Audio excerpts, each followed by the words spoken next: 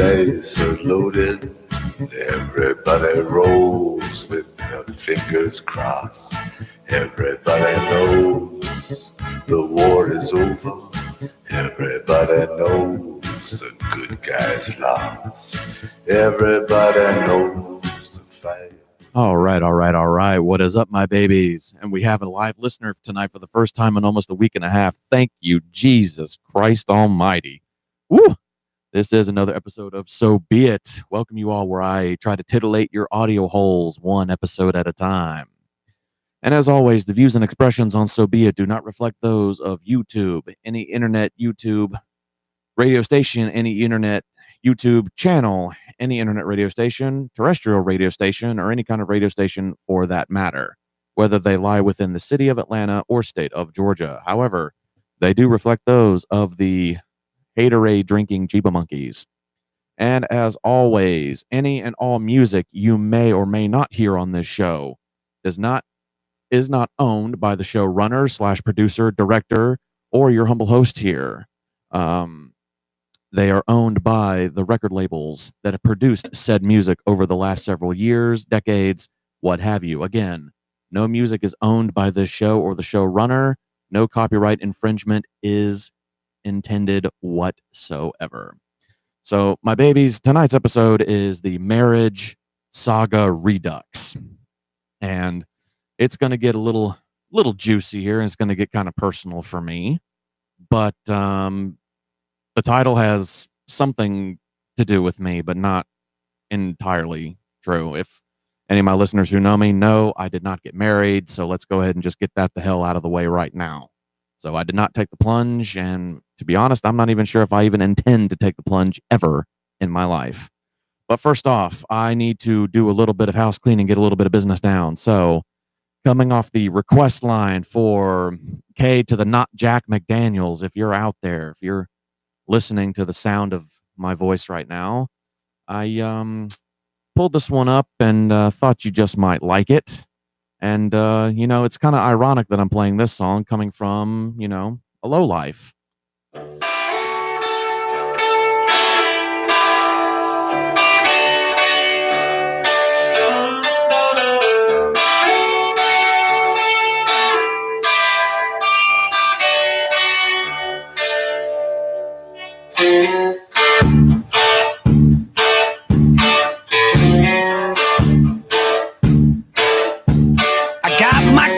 Fever 8-track, my best friend's in a gun rack. I'm a low life. I owe everybody money. I think racist jokes are funny. I'm a low life. I got a dirty mind, a gutter mouth. I'm making time, I'm going out with your wife. 'Cause I'm a low life. I'm a low life. I got kids I've never seen, and their mama's 17. I'm a low life. I take strippers out to breakfast. You can add that to my checklist. I'm a low life. Oh, the landlord called, the rent is due. I spent it all on a kiss tattoo. I rock and roll all night, 'cause I'm a low life. I'm a low life. Yeah, I'm a low life. Living the high life.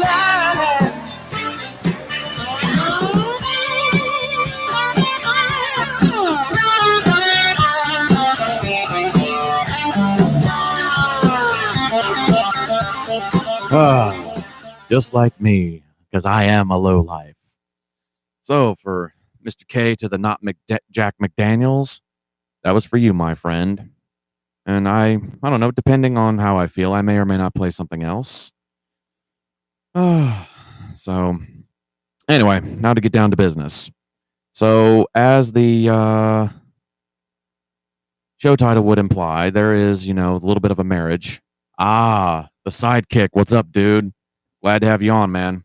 I've missed having live listeners. You guys are the first in over a week. So I'm actually blessed. So thank you, my friend, for joining, tuning in. So, as the episode would imply, the marriage saga Redux, it does not apply to me directly. I did not take the plunge. Dear sweet baby Jesus, no, I most certainly did not. So, little unknown fact about me, I do have a sibling, older sibling of mine, and it's not something that I really talk about with a lot of people, just for just because I don't. Um, she is 10 years older than I am, and she actually was the one who, when I was born, gave me my very, very first possession that I ever owned. And yes, to this day, I still have it. It is a little gray puppy dog with brown ears. And apparently, when I was an infant slash toddler, I chewed the nose off. So my mom, because of how sad I got, she sewed one on for me. That's just goes to show you how awesome of a mom I have. And I've had it pretty much ever since. That thing, when I was a kid, it went everywhere with me. If I left it somewhere, left it at home, I was inconsolable. So obviously until I got older. So, or maybe, I don't know. So anyway, uh, for the first little bit of my life, she, acted like any big sister you would hope would. And, there's pictures to prove it. She was holding me in when I was in the little swaddler blanket looking like a fresh baked sweet potato, which on a little side note, that's something that I've never understood.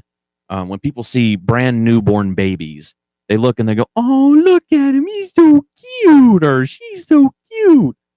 I look at newborn babies, I'm like, they ugly as hell.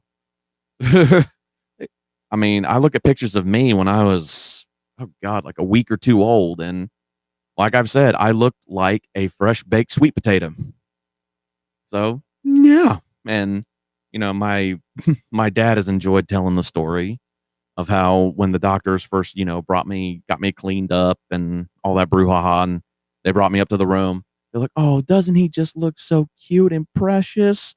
My dad looked at him and goes, "No, he doesn't. He's ugly as hell."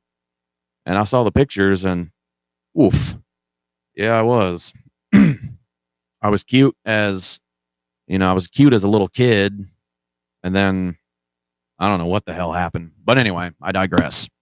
So anyway, in the beginning, my sister, she did the whole thing, she held me and, did her best to kind of help, take care of me and whatnot. And, she had a little baby brother and so on and so forth.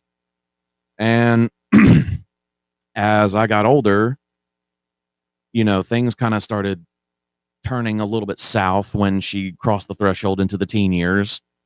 Like I said, she's 10 years older than me exactly.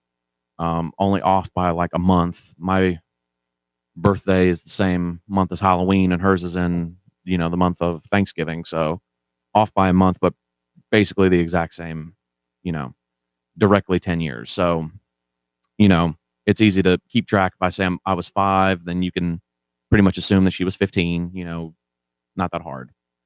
So the teen years, truth be told, I blocked out mentally a lot of that time. Just because, like I've said in recent episodes, you guys have heard me talk about it. I'm not really a confrontational person. I don't like it. I try to avoid it if necessary, but if it has to happen, then I will step into the arena.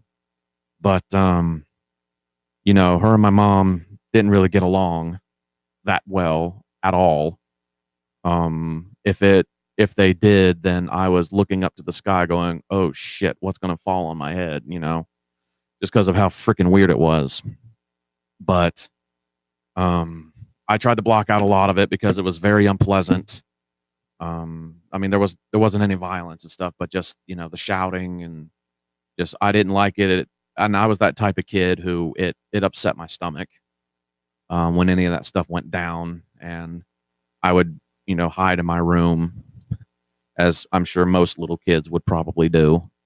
And so that time I tried to block out the most of it, but there were some things that I can't. Like, there was one where I forget what had happened. I don't know what brought this up or how it came about, but I must have said something, must have done something or whatever, I guess, quote unquote, but my sister slapped me across the stomach and it left a handprint for a good while. And I remember my shirt kind of stinging against me. And I mean, I don't know if I'm remembering this wrong or what, but it's something that is stuck very vividly in my mind. And I remember my mom lifting my shirt up and showing it to my sister's friends, and my sister's friends like just verbally blasting her in the car as they were sitting there about to leave. Like, why would you do that to him? He's a cute little guy. Why would you, And so, but apparently I was a trouser snake to live with back then. So I don't know. But anyway, that lasted for a few years. And, by the time I was 9, it kind of, had de-escalated a little bit. That was right around the time my sister married her first hubby. And, my first niece came around shortly thereafter.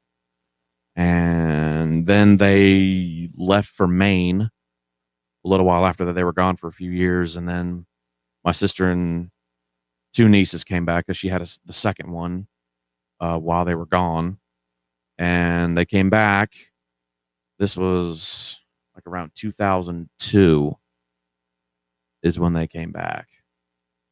And yeah, I'm going back quite a ways. So I was in middle school. I was in my 8th grade year when they came back. And that's when she met her second husband. And, a lot of stuff has gone down. And, back then I didn't really care for him because he didn't do like the brother-in-law type stuff that the first guy did. And so he just didn't have a favor to me at all, which, right around 2005, he made up for it when my grandmother died.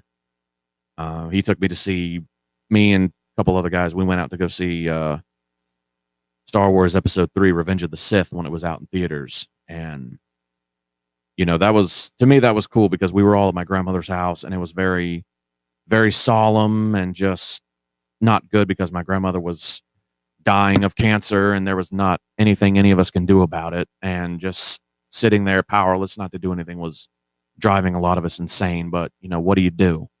You're saying, I'm going to leave. This is pointless. No, you stay and you're there.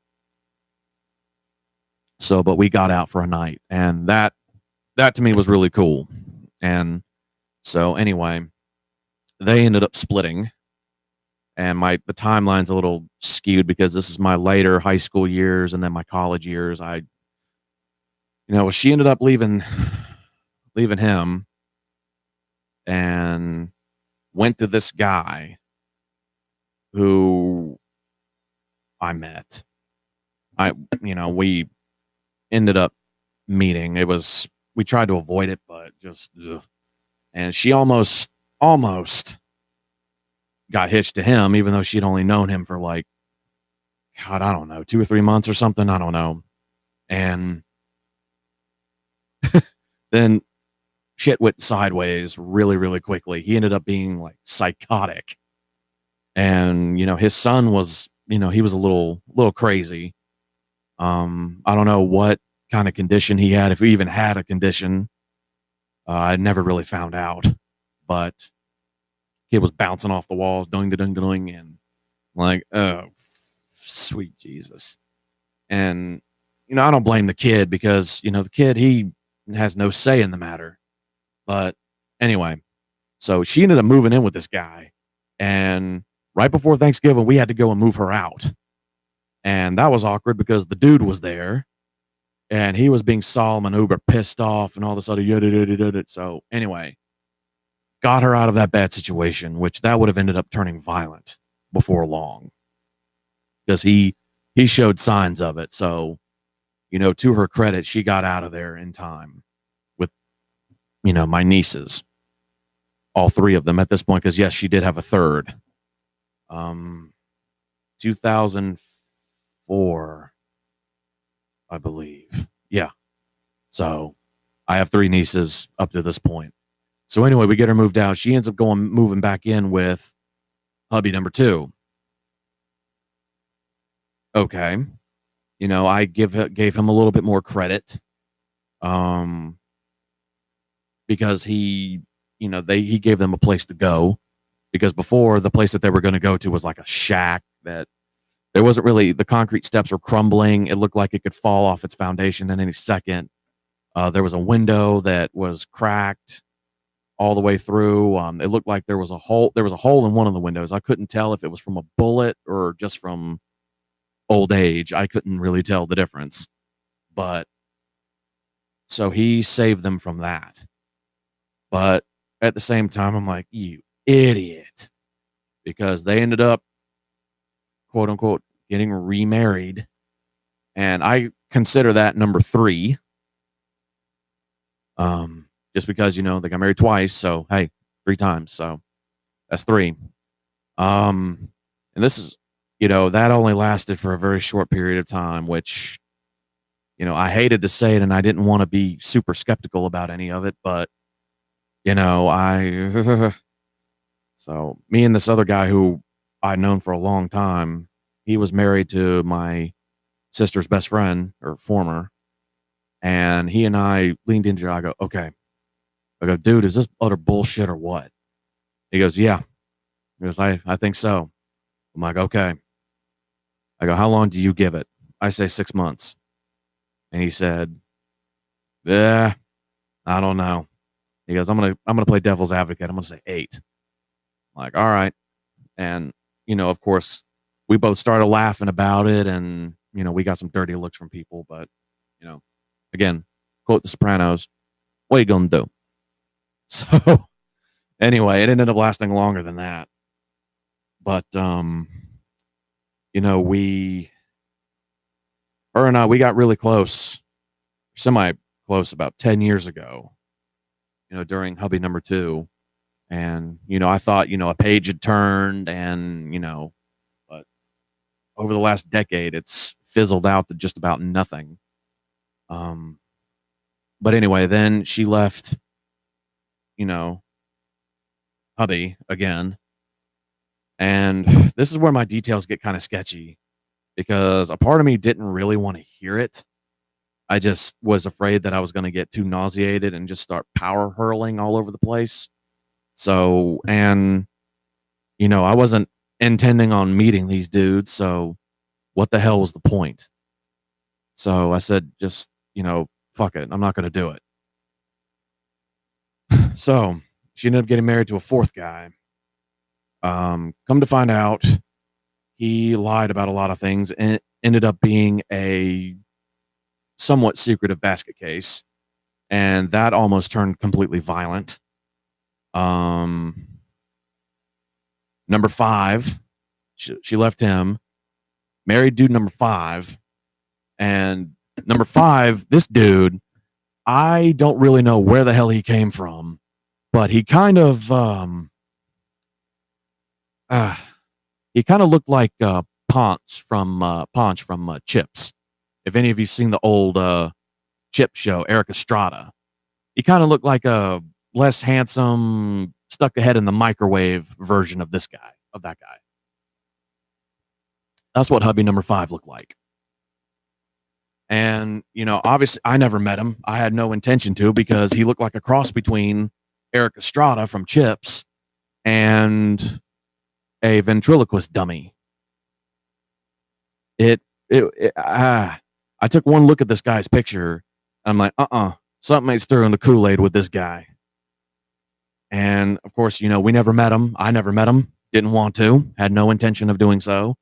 Like, because if I meet this guy, whether he's sitting on the couch or standing in the kitchen or whatever, I'm going to be tempted to grab him, spin him around, start patting his back going, okay, where the hell's your pull string? Just, I mean, yeah, call me an asshole if you want to, but that's how I felt. That's how the guy looked.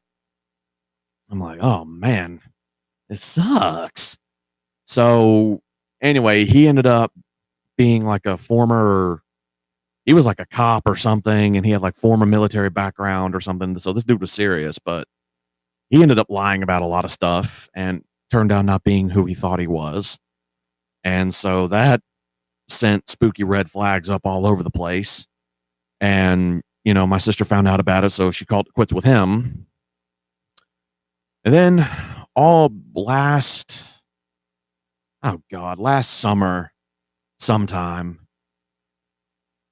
she started, or maybe before the summer, it was probably back either right around the time I left Sarasota or just after that. She met up with this dude and, going to bars and grocery store and all this other shit. She met this guy and I saw his photo and I'm like, huh, all right, well, this looks just absolutely like a breadwinner. And come to find out, this guy was my age. Exactly my age. Like, oh, great. And the crazy thing was, as time went on, kind of a little bit more surfaced about him. And, I came back to Atlanta here and, some time passed and I held it off for as long as I could, but I couldn't really do it anymore. Eventually our paths did cross. Met this guy. Now, I met some dudes who, they put on a show. They pull on the full hardcore press like, oh yes, be ever impressive. And this dude was probably the king of them all. He would walk like he had a rod up his ass, but he had his chest puffed out like, oh yeah, look at me. I'm serious. I'm a badass. And whenever he would stop, he would have his hands on his hips. And I swear to the almighty above, he looked like a fruity Peter Pan when he did that, the Peter Pan stance. And I don't know. Whenever I saw him, I couldn't take him seriously. And, I don't like to be negative towards anybody at all if if it's not, doesn't need to be or anything, but like, because he never did anything to me personally. He never did. And he, I guess to his best ability, tried to take care of my sister and, my nieces or whatever. But the way that he carried himself and presented himself like, I'm a badass. Oh, I'm a man. I can't take people like that seriously. I'm like, okay, that's fine. Good, great, grand, wonderful, terrific. Good for you. Get the hell out of my face. Go over there. So after only knowing each other for maybe 3-4 months, maybe at the most, yeah, my dear listeners, you guessed it. Hubby number 6 was born. So the count was up to 6. And, and as we got closer to the fall months, my first niece, I don't know how true this is because, I hate to talk negative again, but my first niece, she's a pudding head and just no, she doesn't think things through and whatever. That's a whole other subject. But to give you guys an idea, she got preggers about almost 2 years ago, 3 years ago. I was a great uncle. About 2 years ago, I became a great uncle, and my sister, a grandmother, and my parents, great grandparents. So my sister, in her late 30s, became a grandmother. Let that sink in for a moment. Well, here we are. The great niece, she's a little peanut. That's the best thing I can think to describe her. She's a mess, but she's hilarious. She is adorable, especially when she starts talking to you, and she takes very, very seriously what she's saying to you. Is going to be a little sister. Yep, you guessed it. But here's a little twist on that nugget. She is not my niece. My niece is married now. She got married back in September. Not to the baby daddy, to baby daddy's cousin. Yes. Yes. So he seems to be okay, but trying to take care of him. But at the same time, he's a dumbass because he can't seem to hold a job and keep his damn mouth shut. So that's a big issue. He's very opinionated about things, and if he disagrees with whatever the boss is saying or whatever, he will disagree and argue with them and no. So he ends up getting laid off a lot. So my great niece, her little baby sister, who's going to be here, oh God, I don't know, a few months from now, her big sister is also going to be her cousin. So yes, this is turning into an episode of Jerry Springer really damn quickly. And the best way I can describe it is it is not a family, it is a science experiment. Don't mean to sound derogatory or mean or judgmental or anything, but it fries my circuits because I never wanted this type of thing for her, for my niece.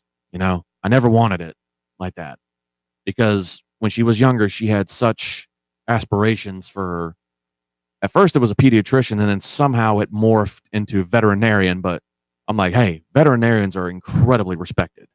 So, hey, balls to the wall, go for it. So anyway, but the first niece, her and her hubby were down visiting us a couple months ago, and apparently hubby number 6 was looked into and apparently may or may not have been involved. This is allegedly. I have no evidence to prove any of this whatsoever. Well, let's see. Hold on. My grandmother who raised me was 39 when I was born. Her and my papa signed my birth certificate only in Kentucky. LOL. I like that. That's good. So, hey, at least, you were raised up by somebody great. So, I applaud that. Absolutely. It just, the situation, like I said a minute ago, it's something that for my first niece is something I didn't want for her. I did have hopes, but now they're just pretty much gone. And I hate to sound like I'm giving up, but hey, the situation is what it is. But anyway, getting back to the info, he may or may not, like I said, I don't have any evidence on this at all whatsoever to prove any of this. But apparently he is involved or was involved with gang related activity up there in the county above us. And one of the initiation ritual, from what I hear, is you have to go to jail for something. I don't think it matters what it is as long as you're behind bars for, a certain period of time. So, yeah, again, I don't know. But recently, and it's really sad that, it can be pinpointed to this, but whenever it looks like my sibling is going to pull the plug on a marriage, things start getting posted to the gift and very, very dreadful curse that is social media. There's signs, things posted, whether it's pictures of her or different memes and so on and so forth. Well, recently that has started up again. And I immediately started fearing the worst, thinking, oh boy, here we go.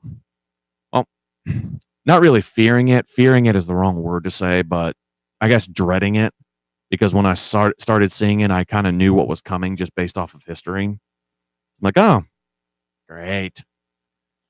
And come to find out, night before last, it was revealed that my dear sibling was calling it quits with hubby number 6. And anybody who knows me, anybody in my immediate circle knows how I am. What? No. The tragedy. The shock. Oh my stars. And right around that point is when I started getting the really ugly look, and I decided, okay, I need to shut the hell up right now. But then, in a crazy turn of events, last night, 24 hours later, it was also mentioned that apparently hubby number 6 talked her into giving him another go, because apparently he hasn't really grown up and isn't that mature and yada, yada, yada, yada. And it kind of started ringing a very, very, very familiar bell for me with another friend of mine, but the friend of mine is 10 times, no, screw that, 50 times the man that this guy is. But anyway, so it would seem that he managed to, for now anyway, pull himself out of the nosedive of 2 nights ago. How long that'll last, honest to God, I don't know. And originally, when it was said that it was, kaput, so to speak, that marriage was out of the question going forward. And, it's one of those, I sit back and I chuckle and I go, good one. But, I don't know. We'll have to wait and see. I'm very, very dubious. I'm definitely one of those types where I will believe it when I see it and not a minute or second before that. So this has been a saga that has been going on for pretty much 20 years. And I mean, it gives me no pleasure to say that, but it has. And, some would probably argue and ask, why do you hate her so much? Why do you, and I don't. And, why don't you try to, build your relationship bigger, make it da da da da. But the thing about that you have to understand is, years ago, I made an honest effort to do it, and I believe that she did too. But like I said, the last 5 years or so, it has just really taken a turn for the worse. And, despite the fact that she may not have been in her mind or the correct mindset, it's really hard to do that when they resent you for living, when you're resented for, being born. And like I said, she may not have said it like that, directly and use those words, but it's the contextual meaning that I've picked up on. So, I'm at that point now where I'm like, I don't need that drama right now, because I'm, career wise, I'm struggling. Basically I'm living paycheck to paycheck right now.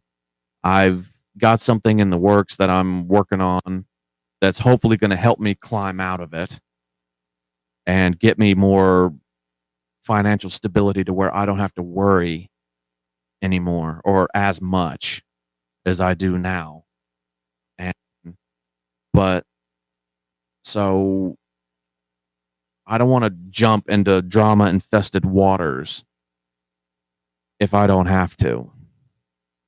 And it just, like I said, it's difficult to try and want to do that when what is said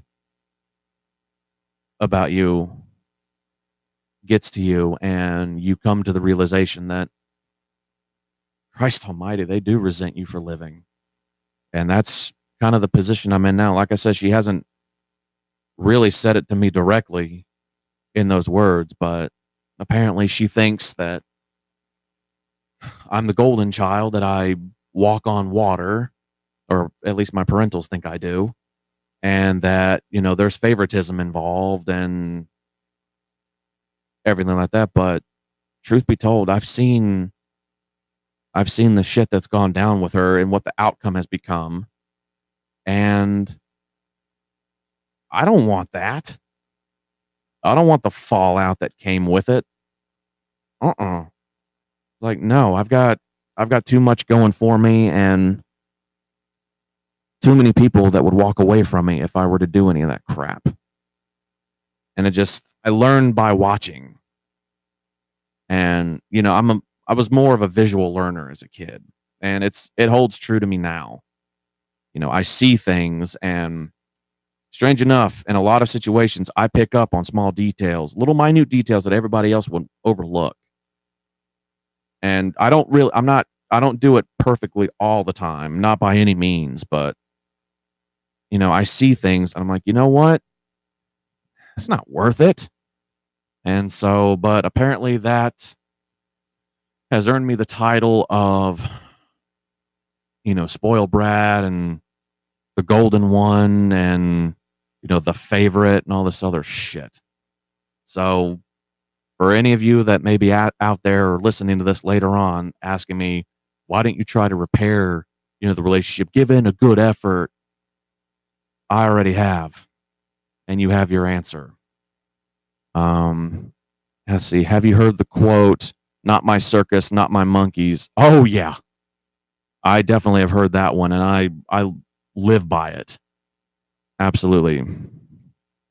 And doesn't mean you can't love the monkeys. That is very true. Because I do. And I like to believe that the person that she used to be, you know, when I was first born, and, you know, the person I got a really good glimpse of, you know, 10 years ago when, you know, her and I kind of started getting closer. I like to believe that that person is still in there, bouncing around somewhere, struggling to get out, you know, but the person that she is now, I guess it affects me more than I originally thought, because I've tried to shut myself off from it, but I've been somewhat successful, not entirely, but so I don't know. It's very, very, very depressing in a way, because I mean,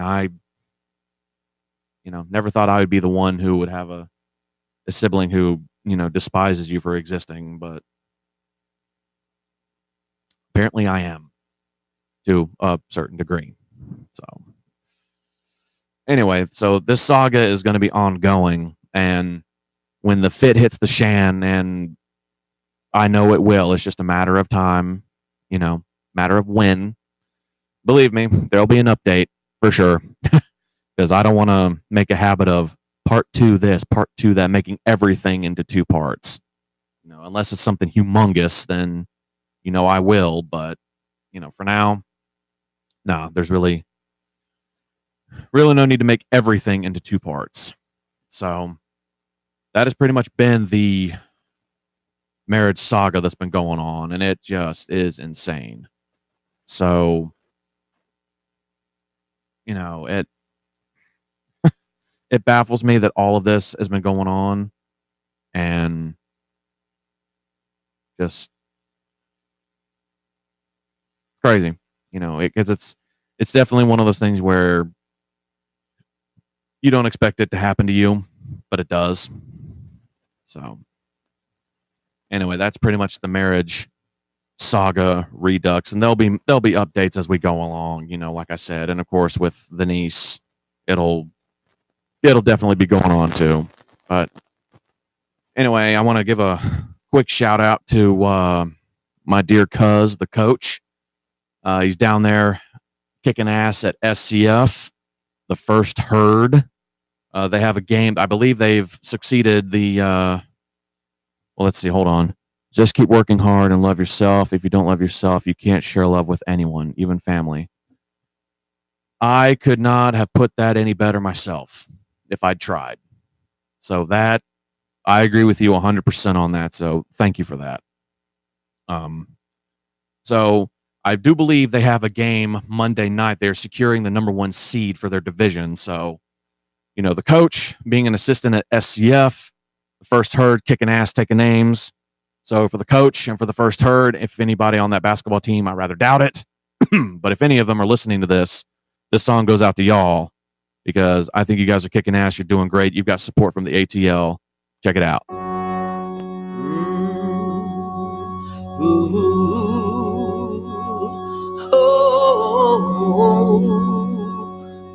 You knew that I was coming cause you heard my name, but you don't know my game and never felt my pain. Can't read my brain, but you read my lips and got scared when you heard that I was coming with hits.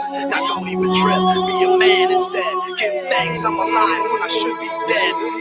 I'm in the red cause my mind's distorting. People claiming they know me, but they only know a portion. I'ma move mountains and touch the sun. Don't get scared now, you knew this day would come. So hold your bids, all bets are closed. And fuck off your hoes. Cause it's been a long time coming, but finally broke. Like an act, your guy ain't no joke. Like somebody cut down, motherfucking kid rocks the blame. Same game, same name, ain't a damn thing changed. No sellout, there ain't no hope. Fuck the radio, coming from the ROMEO. Watch me grow like a fist of rage. Self-made and paid and sold off 12 pages. Off that ass for the 9898. Never fake shake, straight from the Great Lakes. 7 years on wax, coming correct, flat out. You diss me, both just when I pull a strap out. I get the bucking. I'm fucking your hoes, cause they know who's running this shit. Top dog, I'm the CEO. Role model, your motherfucking HERO. My motto, keep cool, keep pimping. Don't sleep, we roll deep in a Lincoln. 4 bones on 100 spokes. We bust both, more beavers and top dog coats. We float like butterfly, sting like queen bees. Strapped with AK straight from the Chinese. What the fuck's going on in the D? Bunch of white boys pimping like the KID, and it's all good. I got love for my honkies. We roll thick, kick ass like donkeys. Anybody fucks with you, I'm gonna mack them. Don't go without a cause. I'm going platinum. I'm going platinum. I'm going platinum. We're going platinum. Devil without a cause. I'm going platinum. I'm a devil without a cause, but with a cause. So anyway, my babies, that's going to do it for me for tonight. Hope you guys somewhat enjoyed the hilariousness and the crazy chaos that goes on around me. And trust me when I tell any and all of you this, that this stuff is too stupid to make up. And yeah, a lot of it, I wish it was made up. I really do. But unfortunately for me, it is not. I don't even know if Jerry Springer or Maury would even touch this. But then again, you never know. You have, these reality TV people who do shows with the likes of, oh God, what's her name? She was on that,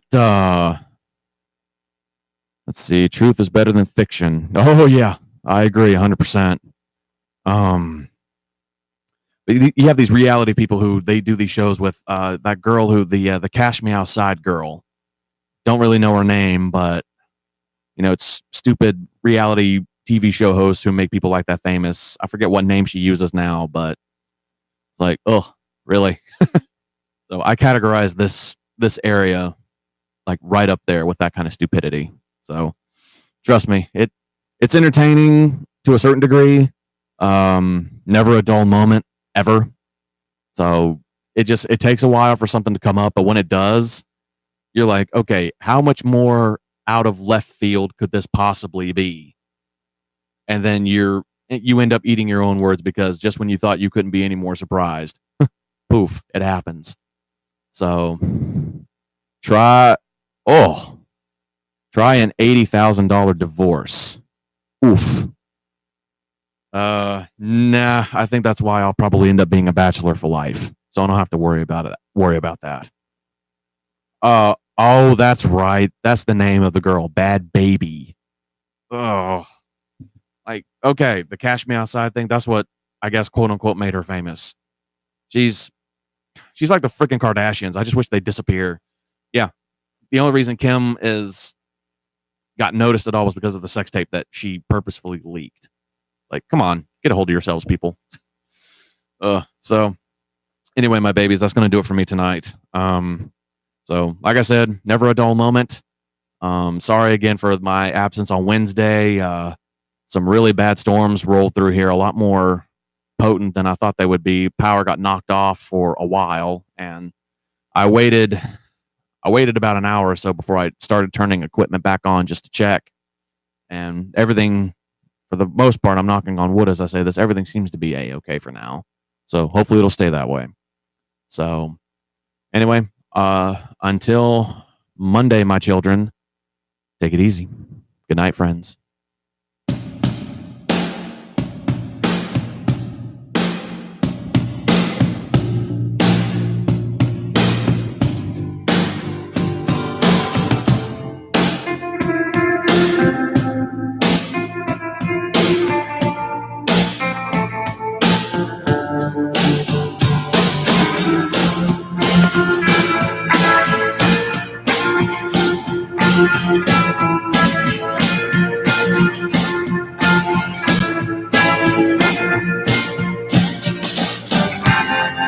Cease to resist, giving my goodbye.